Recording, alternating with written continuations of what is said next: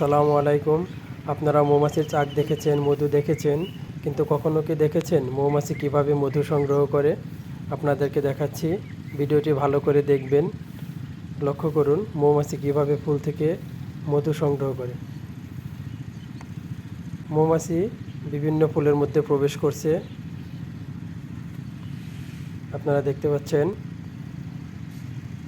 এভাবেই মৌমাছিরা বিভিন্ন ফুল থেকে মধু সংগ্রহ করে তারা তাদের ঠোঁটের মধ্যে করে মধু একত্রিত করে তারা তাদের যে আমরা মৌচাক চিনি সেই মৌচাকের মধ্যে গিয়ে জমা করে।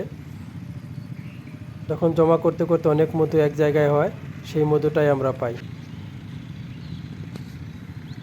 মধু আল্লাহ তাআলার এক অন্যতম একটা নিয়ামত, অনেক উপকারী। দেখেন মৌমাছি এক এক সময় এক এক ফুলের মধ্যে প্রবেশ করে মধু সংগ্রহ করছে। ভিডিওটি যদি ভালো লাগে অবশ্যই আমার চ্যানেলটিকে আপনারা সাবস্ক্রাইব করে পাশে থাকবেন। ধন্যবাদ সবাইকে।